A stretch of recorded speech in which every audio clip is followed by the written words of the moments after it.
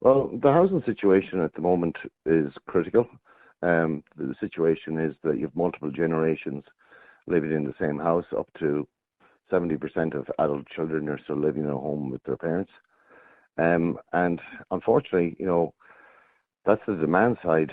But without controlling immigration, which is driving, the increased demand side, the choice for Irish people is either to stay in their childhood bedroom or to leave the country. So until we get a handle on the immigration and reduce it, it's not getting solved.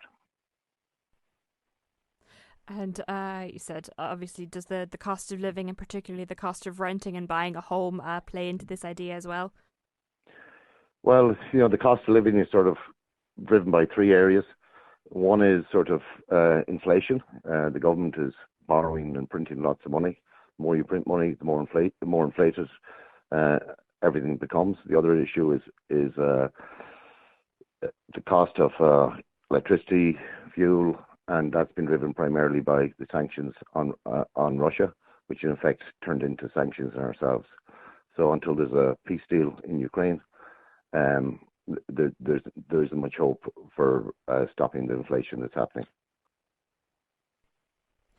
And is there anything that could be done more in the short term to try and improve the situation? But at EU level, they need a peace deal. They need to stop the war and stop the people dying, and that will help both people return to Ukraine, but also it will drive down the cost of living for everyone else. And but more importantly, is people are going to stop dying in the tens of thousands that are dying right now.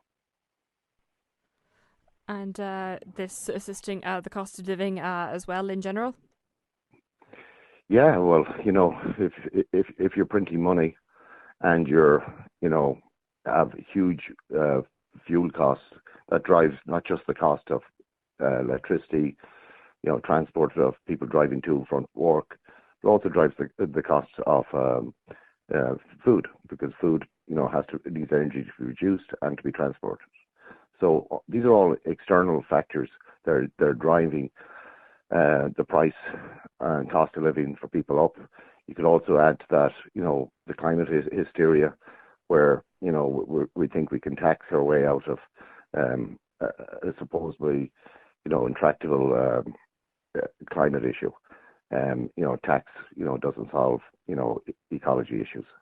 So throwing tax on top of fuel, whether it be home fuel or diesel, for driving, isn't helping. So again, these are all decisions being taken at a European level that are impacting everyone's life.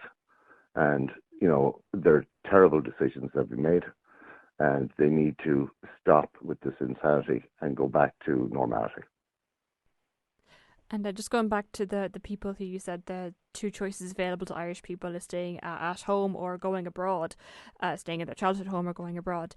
What impact do you think that's having on people having to make that choice? It's horrific. So you have, mothers, I'm a parent, fathers watching their children wasting away, their lives are on hold. They can't start a family because housing is really clear. Without housing, you can't have families. If you don't have families, you don't have kids. If you don't have kids, you don't have a future. So all these people in their 20s and now in their 30s, their lives are on hold. Some of them have gone overseas, done the traveling, come back, and they're back looking at 1990s and years 2000 posters from their childhood. This is, the mental health issues, they're arising out of this, the friction in people's homes. People are heartbroken. People are distraught. People are turning to drink, to drugs. Addictions up. They don't see a future. This is insane, and this is all driven by crazy ideology. When you look across all the different issues, whether it's migration, whether it's Ukraine, whether it's gender, all this sort of stuff is leading to confusion, and all this is driven by NGOs, and the NGOs basically control government policy and to a large extent the media narrative. So the biggest problem outside the EU and decisions being taken there are the influence of NGOs on our policies here and on our narrative. And you got to the stage there the past year where they were bringing in hate speech laws, which effectively just censorship laws, so you couldn't even discuss these issues. So, it's a very bad time. The country is, I believe, is facing an existential crisis. People know something has gone very wrong with Ireland, but our politicians, unfortunately, our leaders have gone rogue. It's time to replace them while we still have a nation. And it's up to the Irish people to fix that. And what I'd say to people, we're a new party called the Irish People. Some people have seen our posters with different images. Hello Ireland, hello Ireland, hello world, goodbye Ireland. Stuff about education, not indoctrination. And we've got regular people with 44 or 54, just regular folks who've come forward, who've given them some basic help and training and got them on the ballot, because it's up to the Irish people to fix it. The people they're electing, they have to replace, because they're captured. They're absolutely captured. They didn't get the memo, that was sent to them in the last referendum, where they were told, look, family is important, so leave it in the Constitution. Mothers matter. And they plowed on and said it was the far right, or people confused. People aren't confused. As I said, they know something has gone very wrong with Ireland. And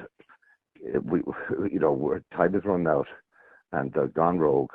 Some of it is ideology, some of it is stupidity, but they're not listening. And unless the Irish people take control of starting with the local level and at the European, we're screwed. We're screwed. It's that simple. But there's a mood, and let's see what happens. So we're asking people to vote, both for myself and we have other candidates in the other European constituencies, and it's very simple. On the ballot, you'll see a green shamrock, and Irish people will be written below it. We're asking people to vote for themselves and vote for their future.